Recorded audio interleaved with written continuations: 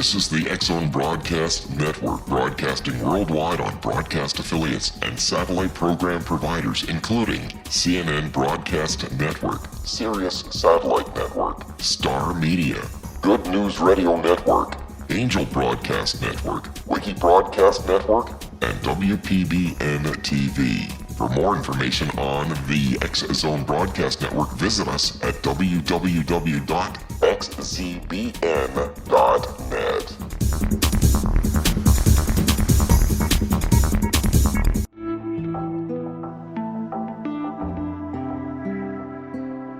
Take a step back in time and discover old Florida cuisine at Marsh Landing Restaurant in Fellsmere.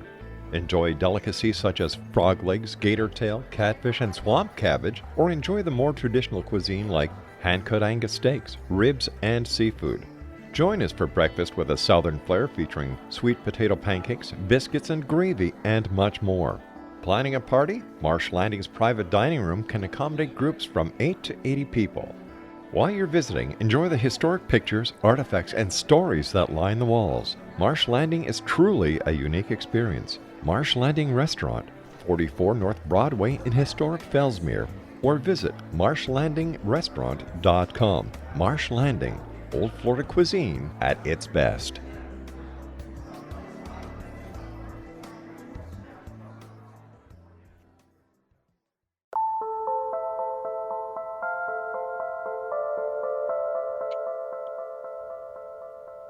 Good evening and welcome to Paranormal Stakeout.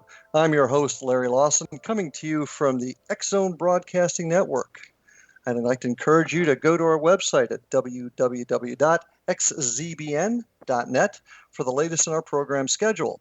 And if you get a chance, stop by and see me at my website, www.paranormalstakeout.com, or my team's website at www.paranormalfbi.com.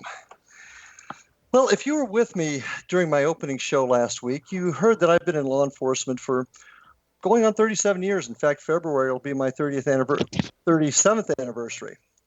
And most of the time has been as a detective or a criminal justice educator. Many times during those years, I've been asked by folks, how in the world, as somebody with my background, how can you believe in the paranormal? How can you investigate the paranormal? You can't put your hands on it. It's just not something that's real. Now, I've answered that question in a couple of different ways, but generally it comes along these lines. If you were the victim of a crime or the suspect in a crime or target of a criminal investigation, do you want a detective, an investigator that is going to come in and make decisions on that case based upon what the evidence says on its surface, based upon what societal norms says is right and wrong? Or would you want to have a detective or an investigator that is willing to look at the evidence for what it is, look at all sides, look at all the possibilities? Ladies and gentlemen, that's what we are going to do on this show. We're going to look at all the evidence as critically as we possibly can for the purpose of putting together a case to take to a court of our peers and prove the existence of the paranormal. You know, with that, I have a terrific guest tonight. I'm really happy to have Mr. Dave Spinks with us. Dave is a veteran of both the military and federal law enforcement for 20 years, retiring in 2011. He has investigated cases all over the world, both in this here and in Europe. Investigated some of the most haunted places and notoriously haunted places in this country and abroad. He currently investigates the paranormal full-time, but the most interesting part there is he not only investigates ghosts and ghostly phenomenon, but also UFOs and cryptozoology. It's a real pleasure to have David Spinks. And I do want to mention his website real quick, www.davespinksparanormalinvestigations.com. Please visit it. With that, Dave, welcome to the show. Hey, thanks for having me on, Larry. Great to have you. And, you know, your website's super interesting. I was looking at it. I was really amazed at the people that you've worked with and the evidence you've collected. Tell us, Dave, what got you started? You've been doing this for 30 years. What got you started in this business? Well, I often tell this story, Larry, on other shows, and what really got me intrigued with it was my grandfather was a World War II veteran. Okay, he smoked like a freight train, smoked the old Camel non-filter cigarettes, and he was so bad he only had like a quarter of one lung left, and he had a trach and everything, and he carried around a little oxygen tank with him, and he still smoked, right? And it was one of those things you just knew it was a matter of time before the old guy was not going to be with us no more, and this is my mom's father I'm talking about. And I happened to be at my dad's house, which was like 30 miles away during the summer visiting him. And I was asleep one night in the bed at dad's house, and I woke up out of a dead sleep, sat straight up in the bed, and there's my mom's dad, my grandfather, standing at the foot of the bed, as clear as me and you, looking at me. And I kind of did the old double take and shook my head. I'm like, Papa, what are you doing here? And he didn't say anything. He just smiled at me. And then he disappeared right in front of my face. And I chalked it up as, being the skeptic, of course, back in those days, I chalked it up as a bad dream, as any kid would, a weird dream. What was that all about? So the next day I called up to my grandma's house because I had that dream and I couldn't get it out of my mind. And my uncle from out of state answered. And I said, what are you doing there? And he said, no one called you yet, Dave? I said, no, why? He said, well, your grandpa passed away last night and everybody's coming in for the funeral. Oh my. So I kind of just dropped the phone, and was just shooken up by that because of the dream I had the night before. Well, long story short, I never said anything to anyone about the dream until about 6 months later. We were all at grandma's house eating dinner. Most of the family was there, and I just came out and told everybody about the dream I had the night grandpa died. And one by one, most of their faces went funny, and they all had the same dream. Not everyone, but most of them had the same dream. And I knew right then and there he had come to say goodbye to everybody. Wow. After he had passed. That's the feeling I got from it. And ever since then, I've been pursuing the paranormal, when I could. Obviously, we would go to all these really cool locations when I was a kid because my stepdad was in the Air Force. So I did a lot of traveling. I was fortunate enough to do a lot of traveling, and I got to go to a lot of Native American sites. And I read everything I could get back in those days on the paranormal, and came across different reports of creature sightings and all these different strange and unusual happenings. And it kind of became a hobby of mine, and I just pursued it as much as I could over my work career. Cool. And Dave, got to take a break right now. I hear the music coming on, so right. We'll be back to you in just a quick second. So join us again on... This is the X-Zone Broadcast Network, broadcasting worldwide on broadcast affiliates and satellite program providers, including CNN Broadcast Network, Sirius Satellite Network, Star Media, Good News Radio Network, Angel Broadcast Network, Wiki Broadcast Network, and WPBN TV. For more information on the X-Zone Broadcast Network, visit us at www.xzbn.net.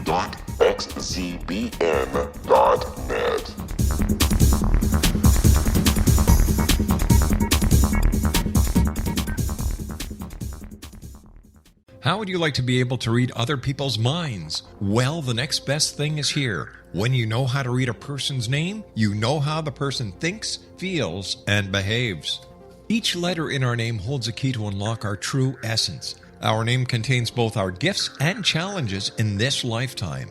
Mnemology science discovers personality secrets hidden in the placement of the letters of our names, including the first and last impression people remember about us. Sharon shows us how to interpret the arrangement of letters as outlined in her book, Know the Name, Know the Person. Sharon Lynn Wyeth created mnemology science after 18 years of research and testing her theories, and has supported thousands of people around the world in understanding themselves and others better. You'll enjoy Sharon's unique teachings as she shares her system to learn the gifts behind your given birth name. Even if you don't like your birth name, there are jewels in this book. If you're thinking of changing your name, ready to name your child, or wanting to get along better with others, this is the book for you. If you'd like to improve your relationships and change your life for the better, get the book today, Know the Name, Know the Person, or visit www.knowthename.com. That's www.knowthename.com. Take a step back in time and discover old Florida cuisine at Marsh Landing Restaurant in Fellsmere, Florida. Enjoy delicacies such as frog legs, gator tail, catfish, and swamp cabbage, or enjoy the more traditional cuisine such as hand-cut Angus steaks, ribs, and seafood. Join us for breakfast with a southern flair featuring sweet potato pancakes, biscuits and gravy, and much more. Planning a party? Marsh Landing's private dining rooms can accommodate groups from 8 to 80 people. While you visit, enjoy the historic pictures, artifacts, and stories that line the walls. Marsh Landing is truly a unique experience. Marsh Landing Restaurant, 44 North Broadway in historic downtown Fellsmere, or visit marshlandingrestaurant.com. Marsh Landing, old Florida cuisine at its best.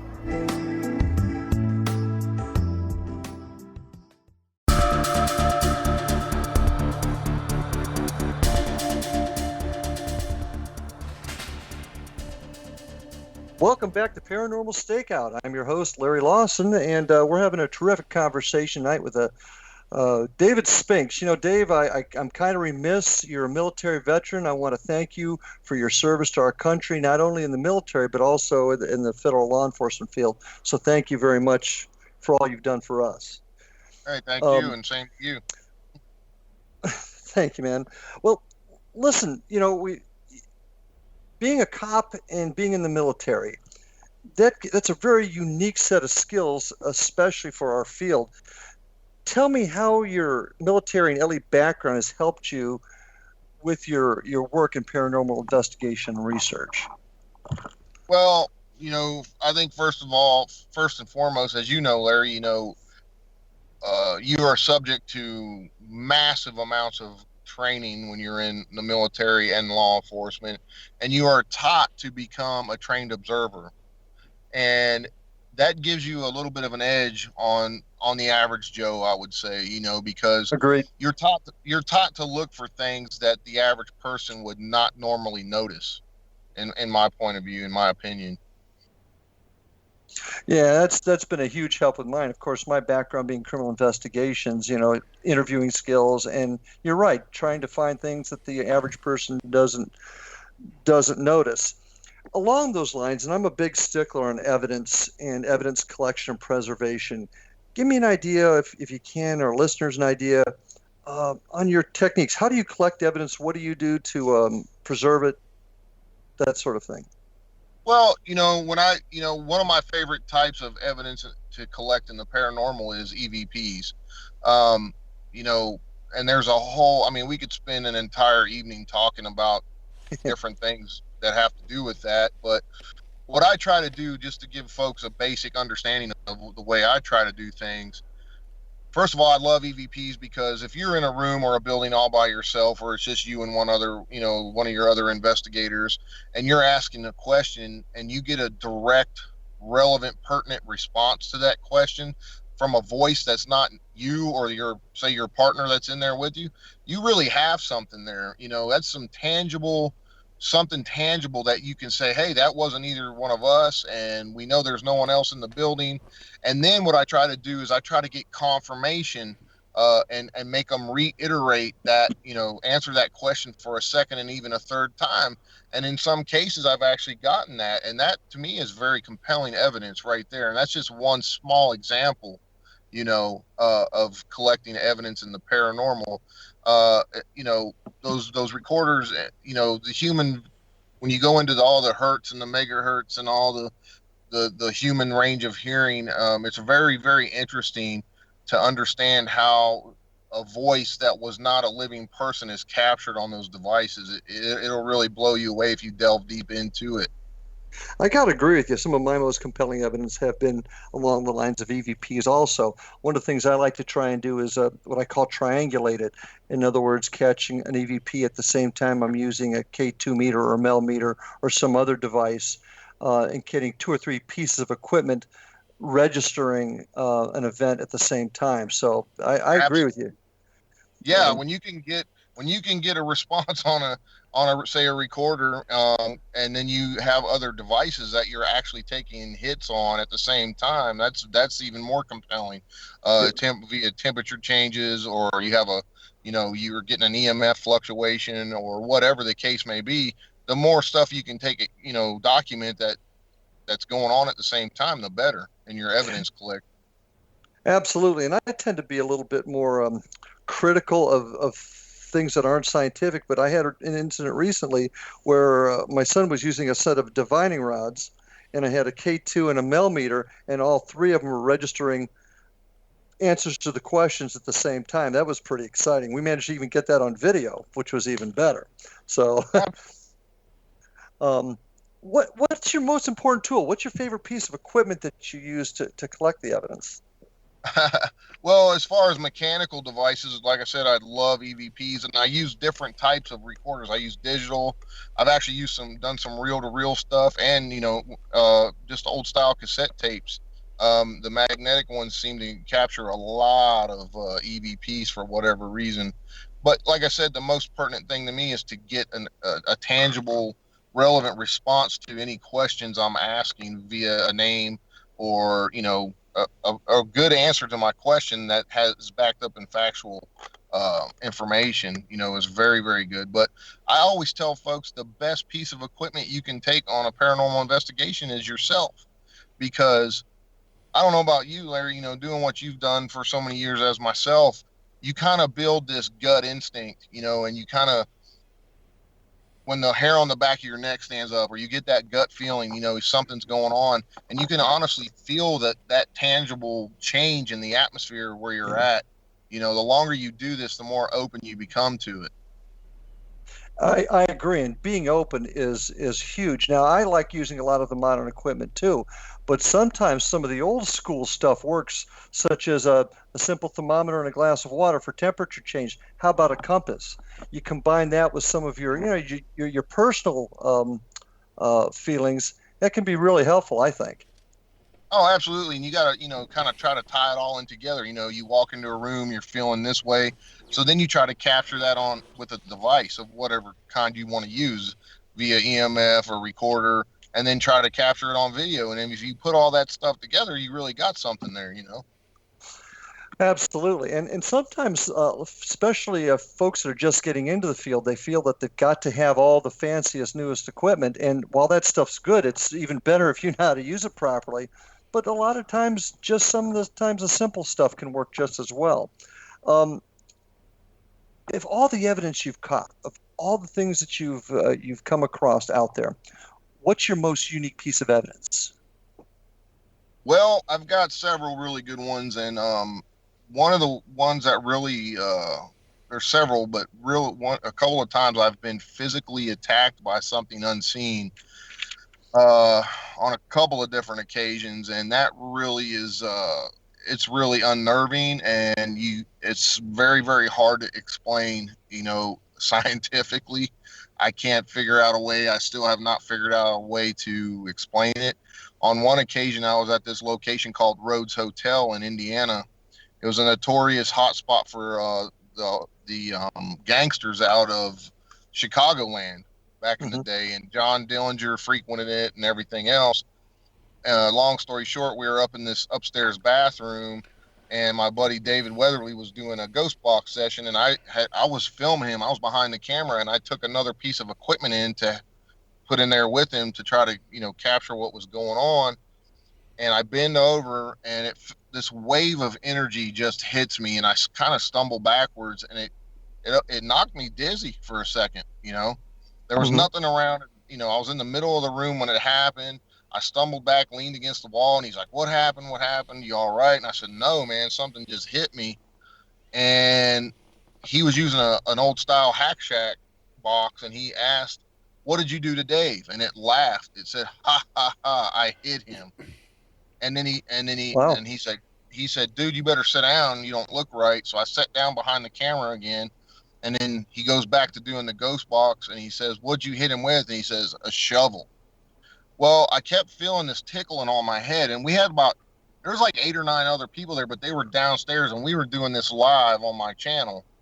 And I said, dude, I got to get out of here. I don't feel right. So he shut the ghost box off. We went downstairs. There's all these people there. And they're like, what happened? What happened? And I said, I don't know. And I felt that tickling on my head, and I reached up, touched my head, and I pulled down a handful of blood. I had a big knot on my head and a hole in my head. And it cracked my head open. Actually cracked my head open. Had a little cut on my head. And everyone saw it happen. They were watching the live show. You know, there was nothing where I could have fell down. I didn't fall down, hit my head on anything of that sort. And something had enough juice to where it cracked a little hole in my head and put a knot on my head. And that was pretty unnerving. And the very next day, we were there for like 5 days. David was kind of giving that spirit down the road about attacking me. And all of a sudden he said, my back. And it said slash you on the ghost box. And he said, my back's burning. And he had 2 shirts on. This was live on camera too. Wow. I said, come here. I picked his shirt up, and you could see these huge scratches just forming across his back. I mean, and they just kept forming and forming. And it was really bright red. So we were both attacked, you know, and that's happened several different times at different locations I've been at. So when that kind of stuff happens, that's pretty unnerving. Yeah, that certainly is. How many times do you think in your 30 years of doing this, you've been physically touched or attacked like that? Oh, I've been touched many different times. Of course, I've done in the several hundreds, upwards of 1,000 investigations in that, you know, in 30 years. Been touched numerous times. You know, you felt like a little kid had touched my hand on more than one occasion, or grabbed my hand.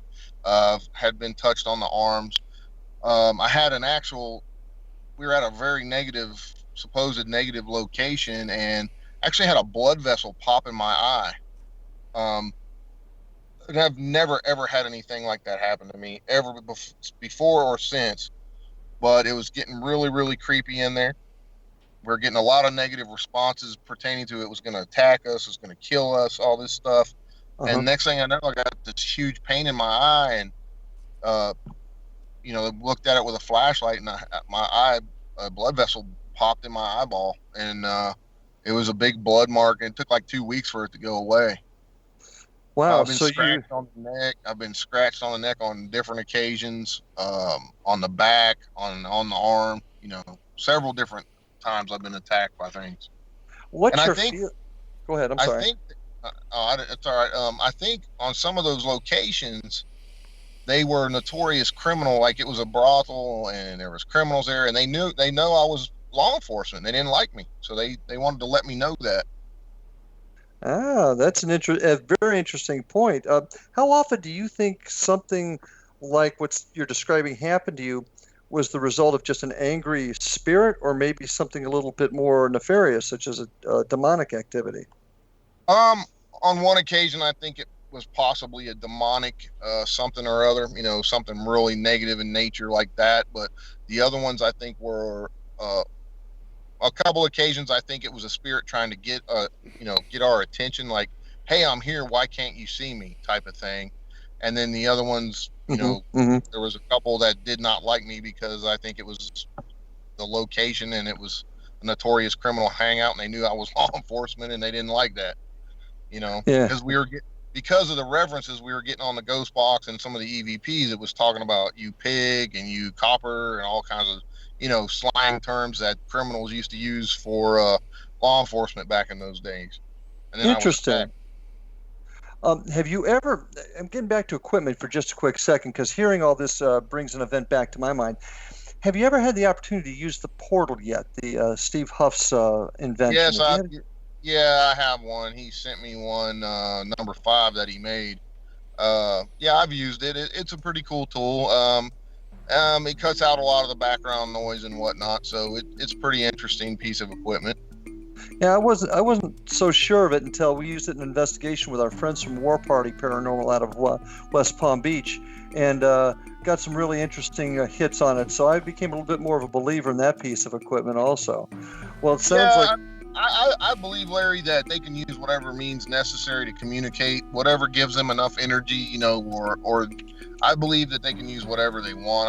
I don't believe in any one specific device. I think they can use just about whatever they want to communicate with us if they have enough juice. Yep, I totally agree. Well, listen, we're going to take a break now. We'll be back in just a few minutes. This is Paranormal Stakeout. Your host, Larry Lawson. This is the X-Zone Broadcast Network, broadcasting worldwide on broadcast affiliates and satellite program providers, including CNN Broadcast Network, Sirius Satellite Network, Star Media, Good News Radio Network, Angel Broadcast Network, Wiki Broadcast Network, and WPBN TV. For more information on the X-Zone Broadcast Network, visit us at www.xzbn.net.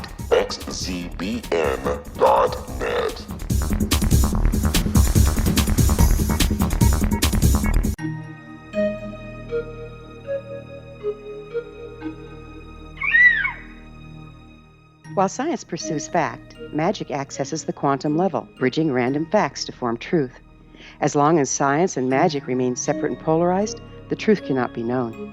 I'm Gwilda Wiyaka. Join me on the Science of Magic radio program, dedicated to unification and evolution of consciousness. During each episode, I'll be speaking with experienced and respected scientists and mystics. From astrologers to astronomers, from medical doctors to shaman, the scientific method to dowsing and intuition, we'll weave together information from seemingly divergent practices to promote unity and enlightenment.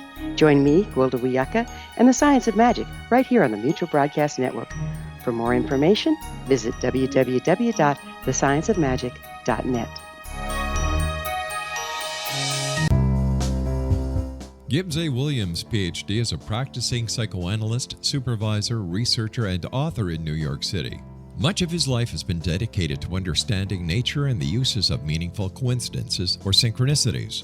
His radical and original non-Jungian, non-mystical, non-magical theory of synchronicities illuminates much of the fog surrounding this challenging and perplexing topic. His ideas and manners are fresh, presented in a style that is both entertaining and highly informative.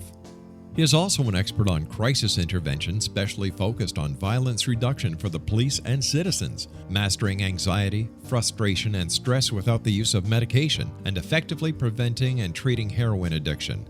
Dr. Williams can be contacted at his email address at gwwilliamsny11@aol.com or visit his website at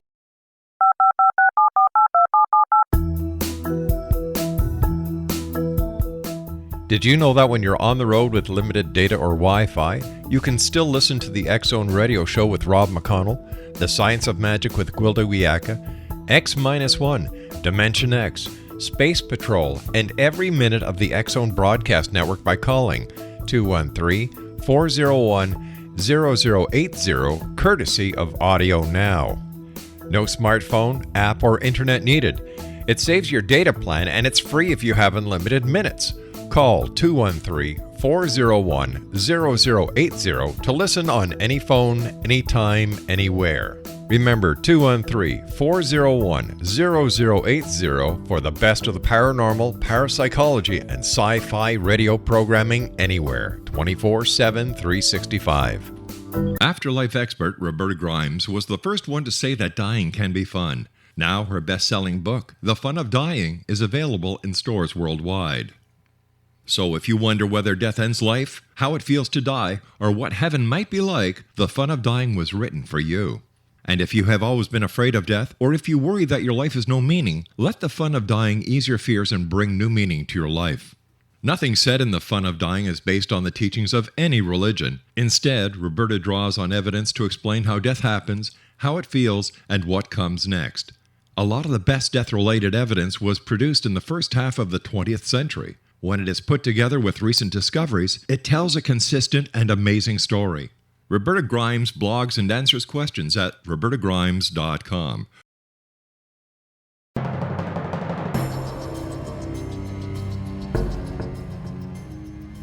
Welcome back to Paranormal Stakeout with your host, Larry Lawson. And tonight I've got Dave Spinks. What a conversation we're having. Dave, some of the stuff that you were just describing, some pretty harrowing types of investigations you've been involved in. And you're thinking maybe just once or twice they were truly demonic. other than that, they were just mean spirits. Is that pretty correct? Pretty accurate? Yeah, I think that's pretty accurate. I think true demonic hauntings are very rare in nature. That's just my personal opinion. You have the flip side of that. Some people think you're either communicating with devils or angels, and that's it, period. I mean, there's just all kind of theories out there, but my personal opinion is real true demonic hauntings and activity is very rare, if in my book. Yeah. Well, keeping along these lines, tell me, what kind of case do you prefer to investigate? What's your favorite place to investigate, if you will? I've been doing this long enough that I like just new and off the wall stuff. I like it all, really, Larry. Anything of the unexplained, supernatural, in the supernatural realm. I mean, that's what I'm all about. When there's so many reports out there of this and that and the other happening. And people call me all the time. Hey, I've got this going on. Can you come check it out? Of course, I can't do them all, but I try to pick out the most different ones nowadays, the ones that are just totally off the wall. But, I always make sure I do a pretty good interview of the people calling me, ahead of time to try to weed out the ones that just want to try to get their name out there, think they're going to be on TV or something of that aspect. But, I look for them all. I just try to do some different ones that are more off the wall than the other ones nowadays, because I've done so many just normal locations that are reported to be haunted, and done tons of residentials in my time. I kind of stay back from some of those unless I feel someone really needs some help, and then I go in and try to document what they're experiencing, and then I turn it over to clergy or whoever that their religious beliefs are in that particular family. When you're doing a residential, if somebody comes to you with problems in their home, what is your best tool to help them? What do you do to help them if that's what they're asking for? Well, I try, first of all, after I interview them pretty lengthy, I try to go in. If I think it's, they're the real deal and they're not using all kinds of drugs and whatnot, I go in and just try to document some of their claims. And if I can document several of those claims and I think it's the real deal, then we'll reach out to folks that I know that help folks in need and try to help them rid the location of what's going on there. Do you have somebody on your team or somebody you're associated with that can help spirits cross over? There's all kinds of folks that I know after doing this many years, and I try to reach out to the ones that are closest to that particular location, and say, hey, I got these folks and they're claiming this is going on. I went in, this is what I documented. Can you go in and try to help them out? That's just the way I work it nowadays.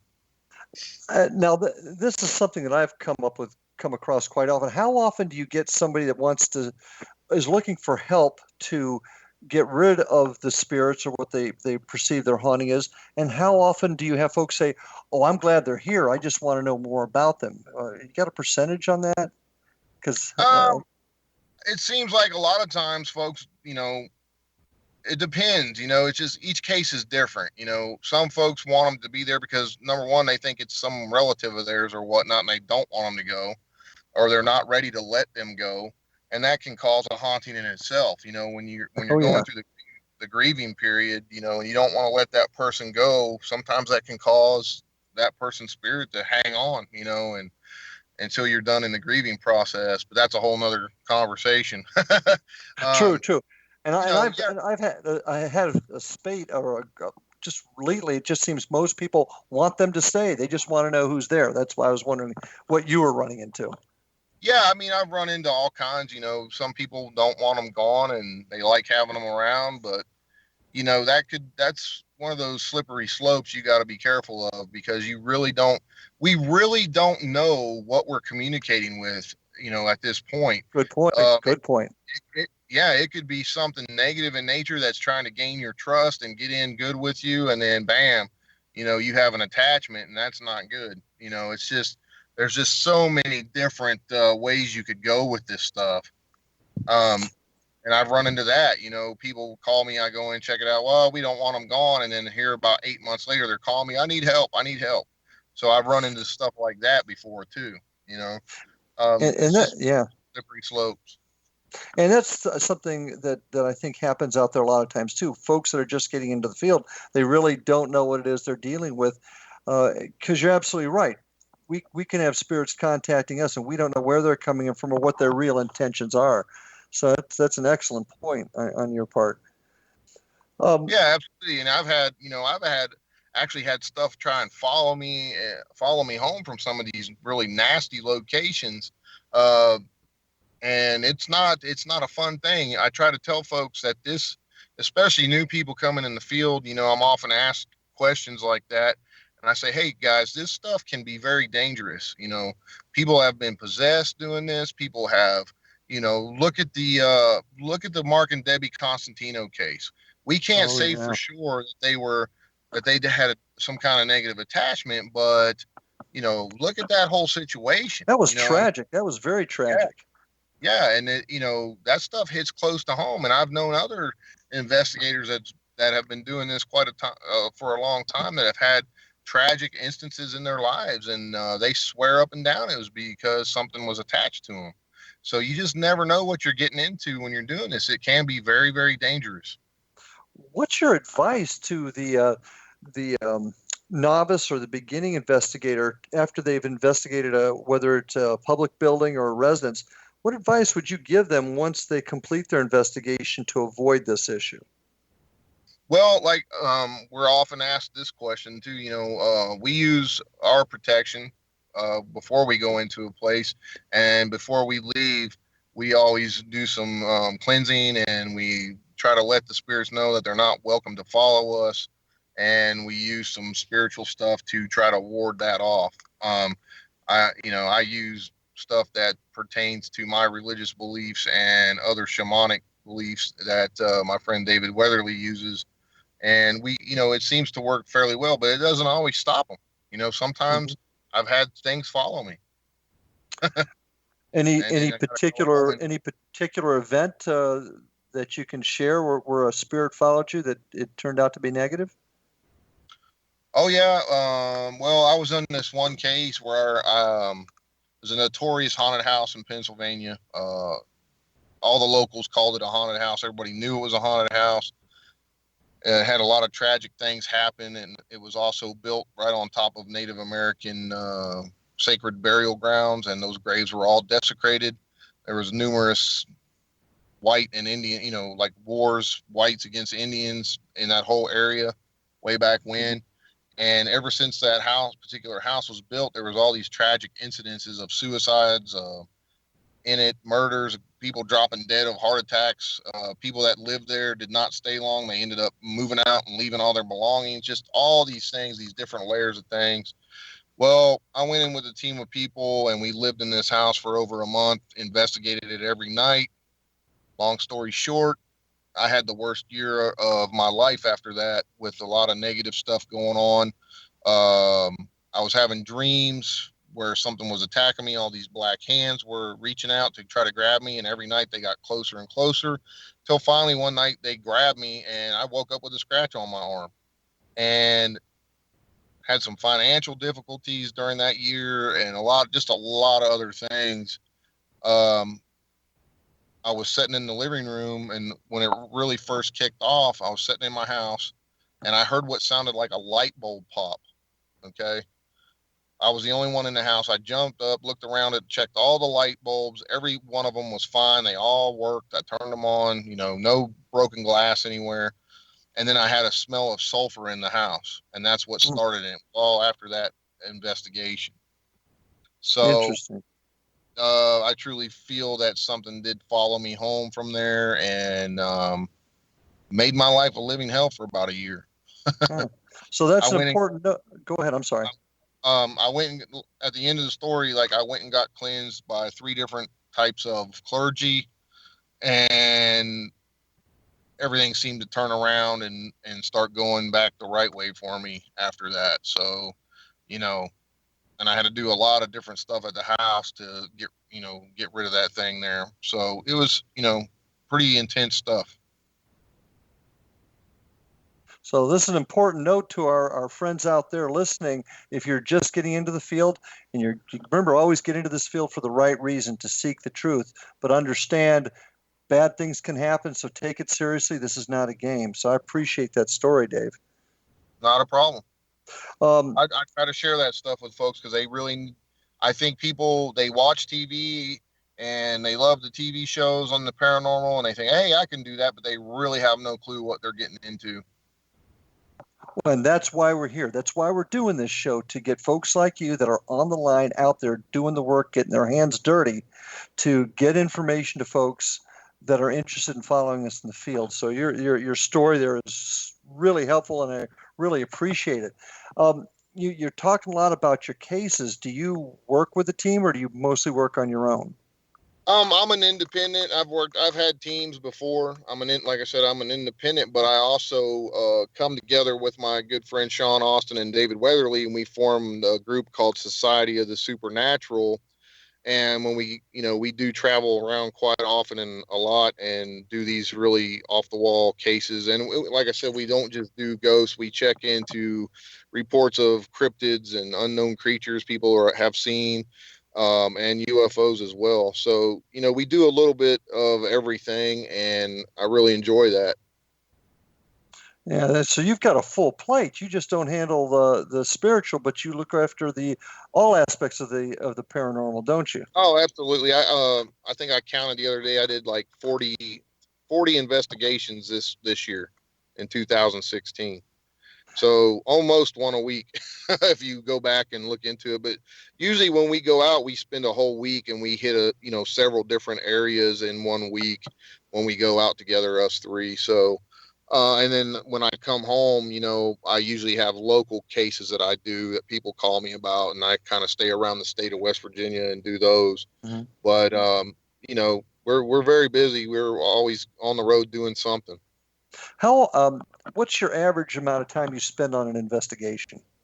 It just depends. Like if we're just staying there for one night, we usually start between 7 and 9 p.m. and we go till as long as we can go until we're just absolutely exhausted. Because as well as I do, some of these places just drain your energy, spiritual, mental, and your physical energy, just drain you out totally for whatever reason. And I think that they do that to gain energy from you so they can communicate. So, we do as long as I can. Sometimes we'll stay at a location for 2, 3, 4 nights, and try to document as much stuff as we can. It just depends what we're doing at any given moment. Yeah. And you got to be careful too. You're talking about getting tired. Once you get too tired, you start making mistakes. And when you make mistakes, that's when problems happen. No doubt. Absolutely. Do you work with MUFON at all? I have a little bit. Let me interrupt you here, Dave, because I hear the music. So we're going to take our last break here. This is Larry Lawson, your host of Paranormal Stakeout. We'll be back to you after these important messages.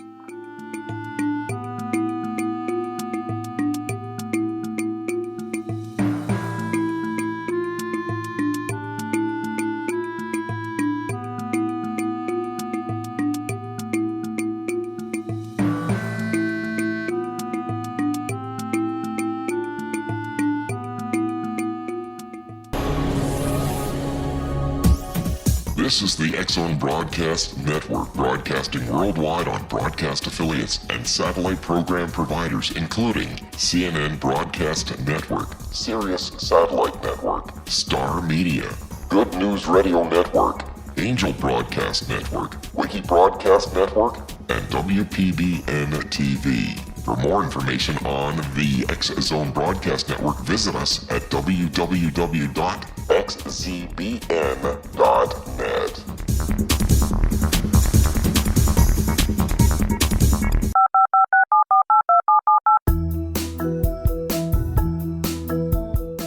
Did you know that when you're on the road with limited data or Wi-Fi, you can still listen to the X-Zone Radio Show with Rob McConnell, The Science of Magic with Gwilda Wiyaka, X-1, Dimension X, Space Patrol, and every minute of the X-Zone Broadcast Network by calling 213-401-0080, courtesy of Audio Now. No smartphone, app, or internet needed. It saves your data plan and it's free if you have unlimited minutes. Call 213 213-401-0080 to listen on any phone, anytime, anywhere. Remember 213-401-0080 for the best of the paranormal, parapsychology, and sci-fi radio programming anywhere, 24/7, 365.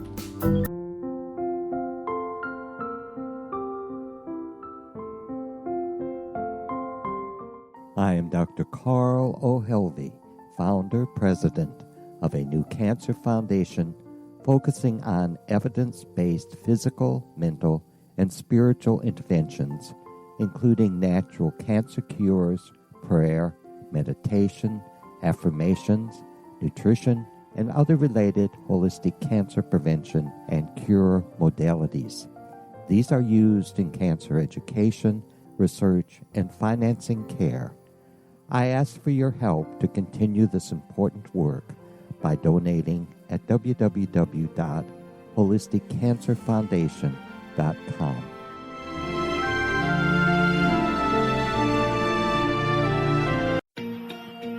Wouldn't you love to know the secret to everything?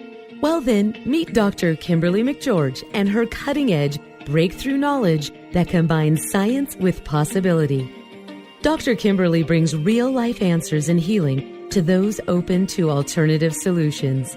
She teaches solution-based programs and classes that will change all areas of your life forever. Specializing in conscious creation, intuitive readings, and energy medicine, you can rapidly shift health, relationships, business, and money and abundance challenges quickly. Receive her best-selling book, Secret to Everything, at no cost by going to secrettoeverything.com/X-Zone. That's right, transformation can start now. Just go to secrettoeverything.com/X-Zone and receive Dr. Kimberly's book for free.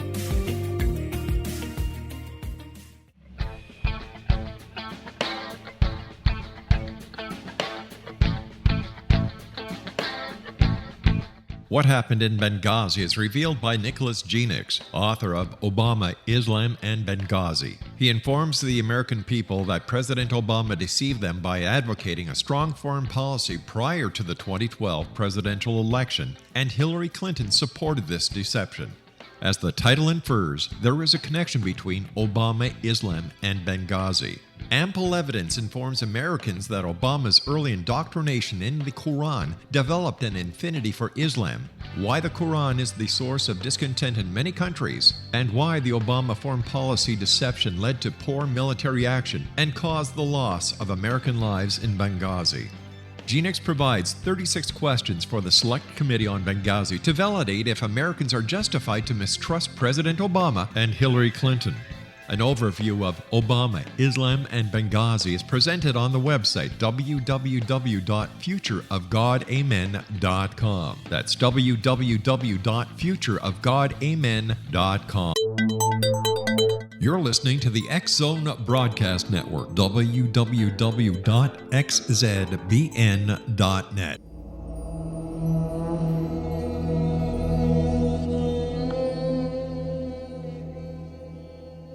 Welcome back to Paranormal Stakeout. I'm your host, Larry Lawson, and tonight, what a conversation we're having with my friend David Spinks. I want to give you his website again real quick, www.davespinksparanormalinvestigations.com.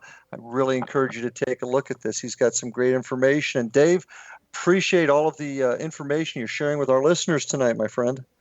Hey, no problem. That's what we're here to do, try to help folks and spread the word based off of our experience level, Yeah, we are. And, having a guy like you with your experience in the field, doing the hard work, that's what I need my listeners to hear, what it's really like out there. Just before the break, we were talking about some of the other work that you do. And I was beginning to ask you if you dealt with MUFON very often with your UFO investigations. I have a couple people that are in MUFON that I, report things to if I think it's legit. And, if I get a report from an individual and I go out and investigate it a little bit and see, what's what, and then I will say, hey, I'll call those people and say, hey, you might want to come out here and check this out. But other than that, I do it on my own with my buddy David Weatherly, and we look into the cases like that, and we try to discern if it was really something otherworldly, or just simply, if a folks report a UFO in the sky, we try to discern if it was maybe a military aircraft or civilian aircraft, or, and just investigate it like you would if you're in law enforcement. You just got to go in and start interviewing the crap out of people, and see what they say, and see if they're believable and if they're credible type people. That's one of the things you got to look for, and especially when it comes to UFOs. And I have an interesting enough background. One of my primary jobs in the military was walking circles around every type of known aircraft that we have, from not secret to top secret stuff. So I'm well versed in the types of military aircraft. I was in the U.S. Air Force, so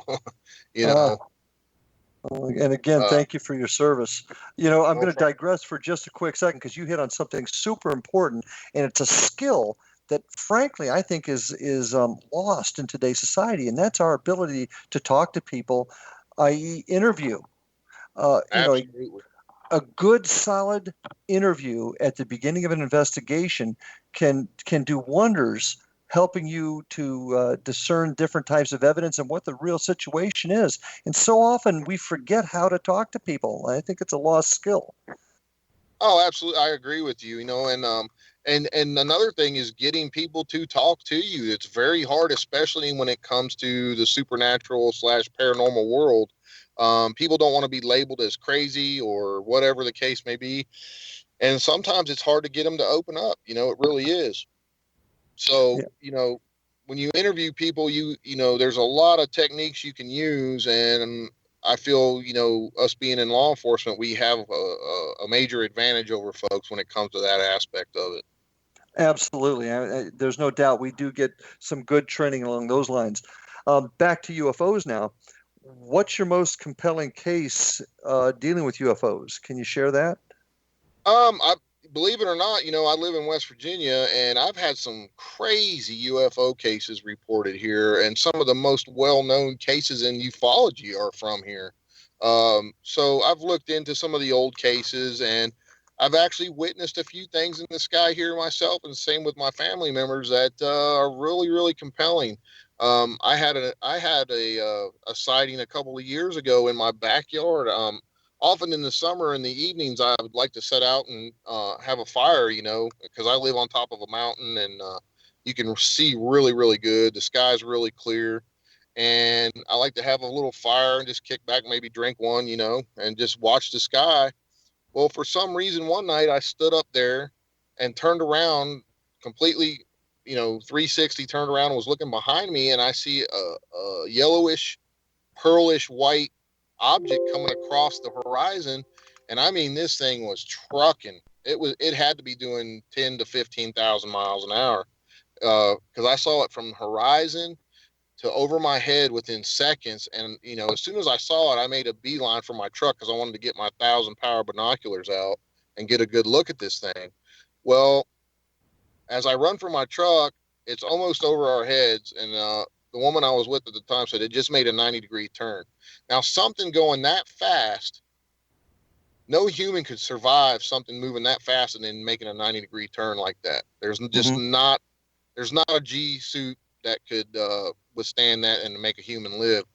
I grabbed my binoculars out, and by the time I got my binoculars out, it was at a dead hover over our heads. It was probably, I'd say, 3,000 to 5,000 feet up in the air, and there was complete silence. This thing, bare minimum, it would have broke the sound barrier, and you would have heard a sonic boom. This thing did not make a sound. There was no flashing red, white, and green aircraft lights on this thing, not a sound. And I got a good look at it on my binoculars, and it shot straight up into space. Within a second, it was gone. Wow. And I was just standing there dumbfounded, and started talking to the woman that was with me, and I was like, can you believe what we just saw? And she's like, totally freaked out. She was freaking out. She'd never seen anything like that, and so of course the next day I'm all over the internet searching to see if anyone else had seen this object.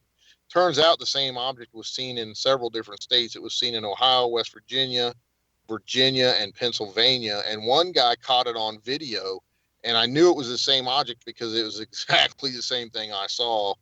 So we did a MUFON report on it, and they published it. It was pretty intense. And as far as little green men, no, I haven't really had the chance to investigate anything like that, people being abducted or any of that sort. But I've investigated a lot of different sightings. I've seen pictures. People have showed me pictures they've taken, and probably about 75% of those are misidentified aircraft that I've investigated. But there's that small percentage that you're like, ooh, that could be something right there. So it's very interesting to me, and I love doing it.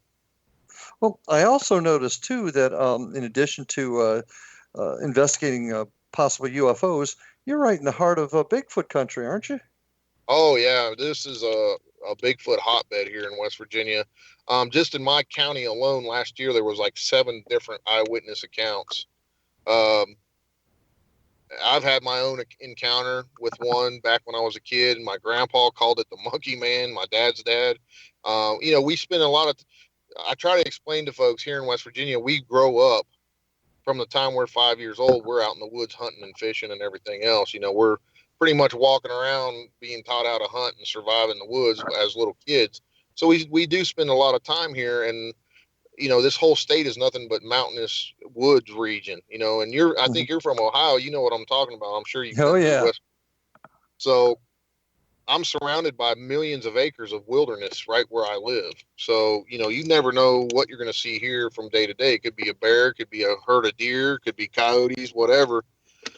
And, I often tell people there could be something standing behind that tree right there, and you'd never know it was there. People do not pay attention to their surroundings. They are concentrating on their 9-to-5 job, worrying about the kids, worrying about what they're going to get on the dinner table, that kind of thing. And they're just that's a conversation you and I can have. That whole issue of not being aware of your surroundings and people not noticing things. You and I could have a whole hour conversation just on that. Your career, your background is so varied.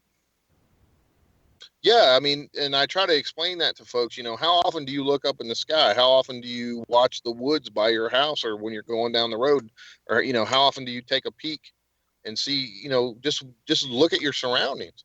One of the first things you're taught in law enforcement, and this is when I see a person, the first thing I look at is their hands. I'm seeing what they're doing with their hands, because I want to know they're reaching for a weapon or what they're doing. It's when you do it so often, it's like second nature. But if you don't do it, you're more, like I said, you're more concentrating on everyday life, going to work, getting off, whatever you're doing with the kids or whatever. Absolutely. Just not trained to do that.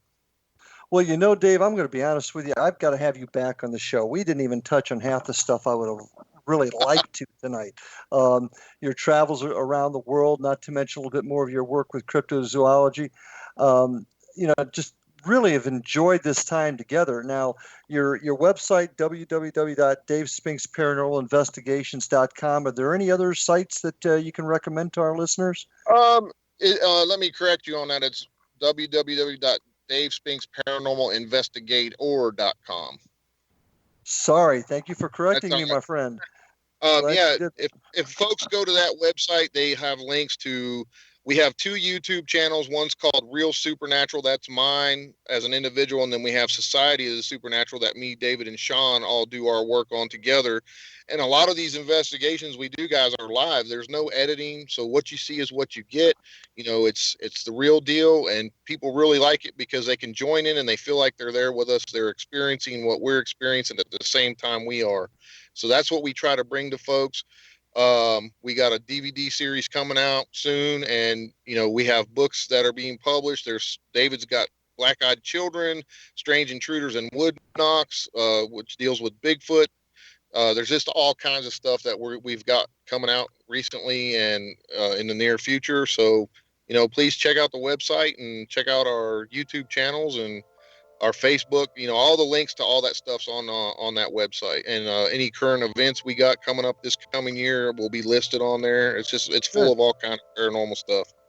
Outstanding. Well, like I said, I can't thank you enough as we begin to wind down here. I can't thank you enough for joining me today. We're going to have you back. It's just that simple, Dave. We got a lot more to discuss, and it sure is nice having a brother law enforcement officer on the show with me. I do also want to remind everybody www.xzbn.net. Check out our program schedule as well as www.paranormalstakeout.com. Please join us out there. And Dave, once again, thanks for being with us. I really appreciate your time. Thank you for your service to our country. And I'm looking forward to talking to you again.